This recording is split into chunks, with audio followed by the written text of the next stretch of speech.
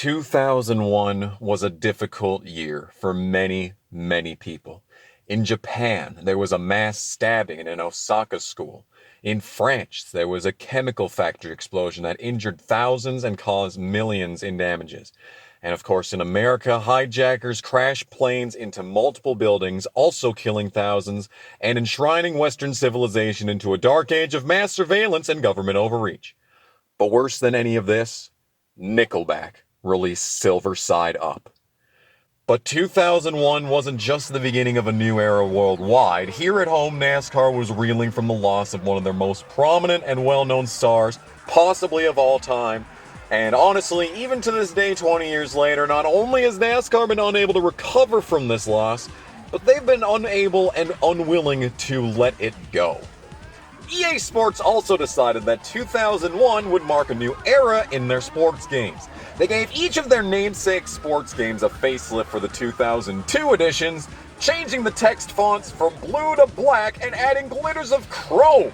But a few color changes in chrome wasn't the only advances they were making in their games. EA Sports was really beginning to take off. Their format of yearly releases not only lining their pockets, but stamping out competition left and right. It also didn't hurt that they were gaining exclusivity contracts with big sports entities to be the single producers of sports video games. But you already know all of that. But I know exactly what you're thinking. Kamikaze, why are you playing this 20-year-old game when there's a brand new NASCAR game out now? Well, the reason for that is because I want to answer a question today. Is NASCAR Thunder 2002 better than NASCAR 21 Ignition? Alright, save your ass-mad comments, let me explain. NASCAR Thunder 2002 was EA's fifth attempt at making a NASCAR game. They started with NASCAR 98 and were putting out yearly releases like they were with everything else at this point. This was also their second game on the PS2, with the PS1 version of NASCAR Thunder 2002 also being produced. Back in 2001, EA did not have an exclusivity contract with NASCAR to be the sole producers of NASCAR game, meaning that other studios were going to be competing with EA's audience. This meant that EA actually had to innovate and add new content to their games with every installation of the series. They had to, actually develop. And develop they did. NASCAR 2001 was a pretty bare-bones game in comparison to NASCAR 2002. For 2002, they added a career mode. Oh my goodness! That's right, that career mode you've been grinding out hot seat contracts in, it all started right here in NASCAR Thunder 2002. There's one glaring problem though. Why are we only allowed to run 12 race seasons? Okay, so NASCAR isn't like other sports, right? They don't have a fully structured regular season that leads into a postseason with a playoffs format that can be easily replicated like hockey and football. Yeah, back in 2001. It's not really surprising that EA struggled to adapt career modes from their older sports titles into NASCAR, but for what it's worth, and considering the resources they were working with at the time, it's fine. You have the ability to sign sponsors, just like in Thunder 03 and 04. Actually, I think I like sponsor deals in 02 better than any other NASCAR game. The primary sponsor wants you to finish well every week. Yes, that's extremely normal. But the secondary sponsor in this game doesn't expect you to qualify on the pole in literally every single race you do, like in Thunder 04. In this dice roll, I got finish in the top 25 once. They're gonna give you 3 tries to just finish in the top 25. And not only that, but the random expectations from the associate sponsor returns in full force. Finish ahead of the driver that starts in 37th. That's an incredibly specific expectation, Maxell. I like your style. There's also an unbelievably straightforward upgrade system in career mode. Instead of having to deal with pesky numerical values to represent your investments, instead there's a 5-step upgrading system with meters that streamlines all of your upgrades into a few specific categories.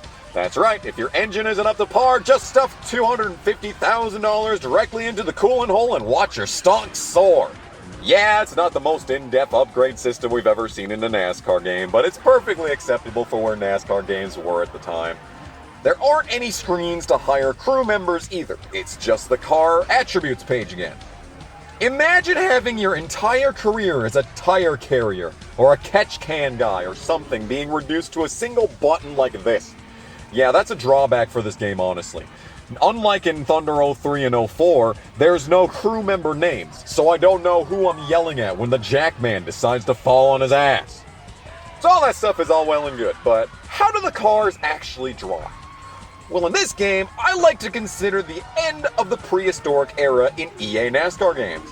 They made a huge facelift to the cover art, but they really didn't change anything too big on the physics engine compared to NASCAR 2001.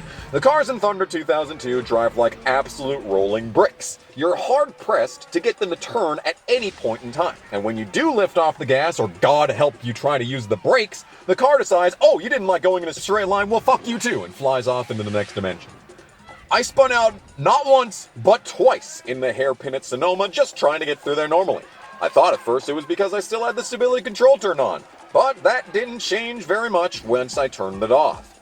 Something else that sucks is when you actually do manage to take a corner well, the car will sometimes decide, you know what, you're doing too good right now, and completely get loose. Now that's not inherently an issue. In fact, cars in this era were some of the most difficult to control at speed in NASCAR history.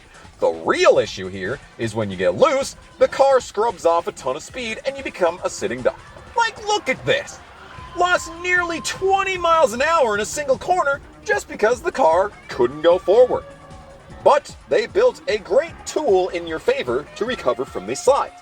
The draft in this game is ridiculous. It's almost cartoonish. Daytona is where you're going to see this in its most pronounced form. Without the draft on a new career mode save, I've got no pace whatsoever. But the second I get behind another car, out of nowhere I'm up 30, 40 miles an hour. It's laughably absurd. I guess that's what happens when you put a wicker on the cars, huh? Pay attention, NASCAR! It isn't really realistic either. Cars in this era were extremely aerodynamically sensitive.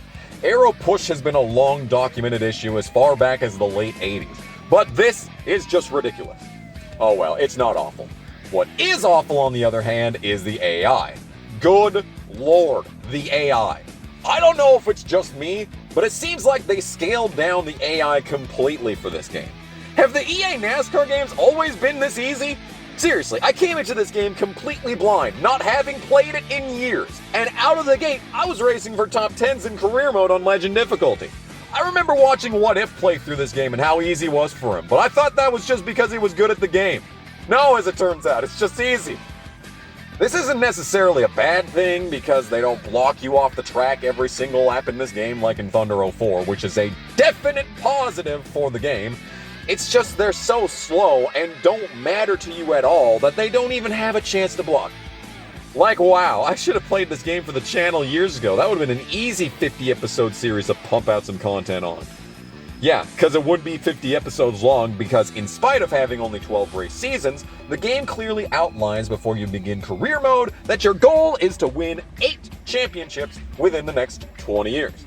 Buddy, if you're not winning the championship in your first season, you're not cut out for this business. The AI is trash. After getting a bunch of spots off someone wrecking in 9th and slowing down the entire field, I decided if I could win the Daytona 500 on Legend difficulty in my first ever career mode race. This led me to taking no tires on pit road. You need tires, you idiot! I came back onto the track, unsurprisingly with the lead, but it wasn't over yet. Since I was leading, I didn't get the benefits of a draft in front of me, and everyone else behind me did. I had to block Harvick up the track, and he hit the wall. Put him in the wall! I easily had the race won until the final lap, of course. Waltrip got a huge run on the outside, and we were side by side for the lead. I absolutely refused to lose to Michael Waltrip, so I made an attempt to get in behind him for a huge draft. That's when old mistakes came back to haunt me. お前はもう死んでいる。何? It wasn't pretty, but I did manage 4th and was a great start to the year. I was excited to get to test the garbage car on a track where equipment wasn't too important in Thunder 04 in Race 2 at Rockingham. When I sailed into Turn 1 in the following race, I was surprised when it got completely loose. It was then that I realized it. I'm at the wrong track. Race 2 of the year was at Atlanta due to the fact that the season was only 12 races long. Yeah, EA really didn't think that one out too well, did they? In fact, in the awards screen, there's a section dedicated to the Jackpot 5. Except for one thing. There's only 2 of those races! Wow. There's corner cutting, and then there's a 5-race series with only 2 events. Speaking of unrealistic, why is Kevin Harvick so good in this game? Oh wait, I know why. He took over the car of the guy who died tragically only months before and got 2 wins in the Cup Series on pace as a true rookie. Yeah, Kevin Harvick was really good in 2001, but come on guys, he wasn't championship material. Why not Gordon? I can't stand him, but at least he's the cover guy. Hey, wait a minute. Why is Gordon the cover guy exactly? Bobby Labonte's car is the one that's on the game's actual disc art, and he also got a huge focus in the intro sequence for the game. And good lord, look at all these paints! He's easily got more than triple the amount of extra paint schemes compared to anyone else in the game. He's got fucking 9 of them! Yeah, I think Bobby Labonte was originally intended to be the cover guy for NASCAR Thunder 2002, but they made a last-second creative decision or whatever to instead put the guy who had already been on the cover for their first game, NASCAR 98. I guess it would have been too on the nose to put Dale on the cover. But Bobby Labonte never did get his chance to be a cover guy. He won the championship the year before in 2000 and everything, and they still dropped him for the cover. Justice for my man Bobby Labonte, for real. Harvick being a literal god isn't the only unrealistic thing about NASCAR Thunder 2004. In Create a Car, everything works as it normally does in future EA NASCAR installations. There's a few number fonts that I haven't seen in any other game that might have been in Thunder 03 and I just don't know, and it's the standard preset templates that we would all have to get used to all the way until NASCAR 09. There's one big difference though, and it's not the fact that you can only do triple-digit numbers. Point loss there. No, the wildest thing you can do in this game is set your age to be under 18. In fact, you can set your age all the way to 2001. The game doesn't care either. If you put in an age under 18, the game will literally tell you, yeah, this guy is a child driving a full-body stock car. What of it? Wow, setting your age to be after the game releases is something I never thought I'd see in an EA game, but it's possible here. That's the sad part about these EA NASCAR games for me. Since I was 11 when their last NASCAR game was released, I was never old enough to put my actual birth date down for my character. But that's something you can do in Thunder 2002, so that's pretty neat. Another glaring issue that comes up in this game is whenever a caution comes out. Usually cautions are a good thing. It stacks up the field, you can pit, there's wild action replays that always have awful camera angles. It's all around a good time, right? Absolutely not! When a caution comes out in NASCAR Thunder 2002, you will understand just how spoiled you are in every other game. You have to sit around pacing the field automatically for the entire caution period. I'm pretty sure this goes against the American Constitution as a cruel and unusual punishment. It's 4 whole laps at most, if not all tracks, and the only thing you're allowed to do during this time is go down pit road. And the game is consistent. If you don't want to pit the first time, it's okay. The game asks you again the next time by. And the next time. And the next time. Going green this time, pit anyway? Well, with an argument like that, how can I not? Yeah, this is pretty terrible, but it was tit for tat back in these days. Every EA NASCAR game on PS1, even as far up as Thunder 04, had this same caution system. It gave you a really good excuse to not drive recklessly and kill everyone. Which really isn't that seismic actually. It took way longer than I would like to admit to attempt to bring out a caution at Bristol to show for this video. It wasn't until Elliott Sadler's burning carcass was chilling on the apron that I finally came to the realization that yellow flags hadn't been turned on. From there, it took debris of all things to make the pace car hit the track. So if playing as Joey Logano is your thing, give it a whirl in Thunder 2002. It should be an interesting thing to watch at least anyway. From there, after the race, the post-event replays are half decent. You can't change camera angles or jump between reels, but one thing you can do is go super slow motion. I don't think any other EA NASCAR game has that, which is honestly pretty neat. I don't really know what else to say at this point. There isn't a whole lot to talk about with this game. The graphics aren't anything special. It's pretty much the same as NASCAR 01. You can read all the signs, which is good. It's not going to have Gran Turismo 3's graphics capabilities or anything, but for what it is, it's fine. It probably doesn't hurt that I have an HDMI adapter to be able to see this game from 2001 in stunning 1080p, but at the same time, nothing special either. Something else that isn't very special are the sound effects in the game. It's the exact same sound effects as the PS1 EA NASCAR games, which is pretty lazy, and the crew chief and spotter are the same ones that are used in the EA PS1 games all the way up until NASCAR Thunder 2004. Not spectacular by any stretch of the imagination. So yes, definitely gonna get a few points off for laziness, but you know, it's not the worst thing in the world. The quick race mode is exactly as it describes itself. Pick a driver, pick a track, and go. You have to specify your settings in the settings menu itself though before you race though, as there's no other menu in quick race. When you actually leave settings, you have to make an entirely separate save file for it, and you have to sit through the saving sequence every single time that you make even the minutest of adjustments. And yes, minutest is a word. The only other thing I really have left to talk about is season mode, which is also by the numbers. It's the same as career mode, where instead, you just pick an existing driver and try and get them 8 championships instead. You're allowed to do 36 race seasons in this mode though, so there's an attraction I suppose. You can even make custom seasons, which is a feature I'm not even sure existed in the next-gen Heat games. You don't get the upgrade or sponsor system you get in career mode, so like, what's the point honestly? There's still a silly season in both modes though. You have your pick of some of the highest class Busch drivers that can come up and pick new rides. Jason Keller in the Petty 45. Why is Mike Dillon in this game? Is that Kevin Grubb's wife? Sister? I don't know, man, I'm tired. Something unique about this game though is that this will be the final year that Gilligan's Island at Sonoma is in a NASCAR game. I think you can access it. It looks like you can, but I didn't try because I was trying to win. So overall, what do I think of this game? Well, it's certainly missing a lot of important content that EA NASCAR games are most known for. It doesn't even have Thunder plates. Come on, man. You expect me to believe a NASCAR Thunder game doesn't even have Thunder plates? Were they even trying? There's also a grand total of 2 settings for music. You can either pass the aux cord to Clint Boyer and have Sweet Home Alabama play on loop until the end of time, or you can switch from Skinnerd to alternative. Ooh. I mean, with options like this, how can I not pick Skinnerd, quite frankly? Yeah, there's no Thunder plates, lightning challenges, none of that boring extra stuff.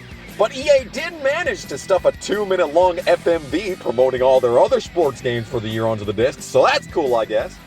Yeah, the lack of content is a real drawback for this game. I understand this was 2001, and yes, I understand they only had a year to develop off of NASCAR 2001, but really the only actual addition made to the game from the previous year was a bare-bones career mode locked to 12 race-long seasons. They didn't even touch how the cars drive. I think that lack of depth is reflected in my playtime with this game. I hadn't touched career mode since 2010. Before getting the footage for this video. Like, I'm pretty sure I have more time in NASCAR the game 2011 than I do in NASCAR Thunder 2002. But you know what? That's fine.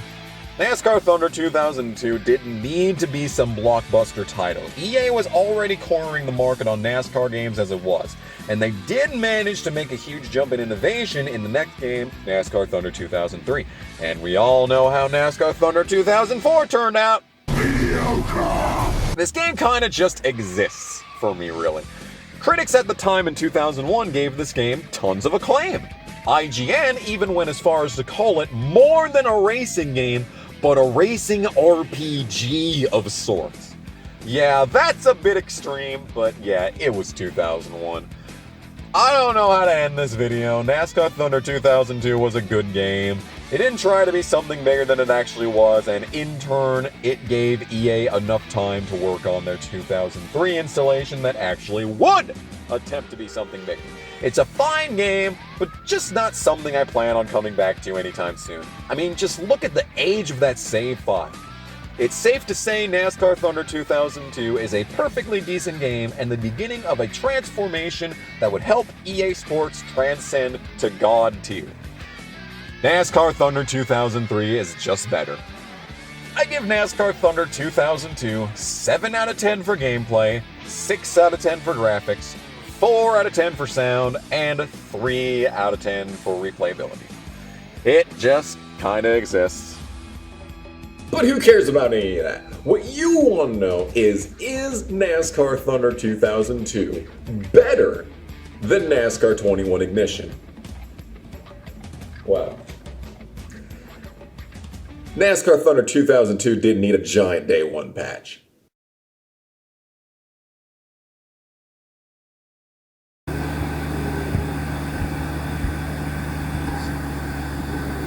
I don't know if you know this or not, but the PS2 is not supposed to sound like a vibrator. 23 minutes, that's pretty good. I'm okay, I'm happy with that.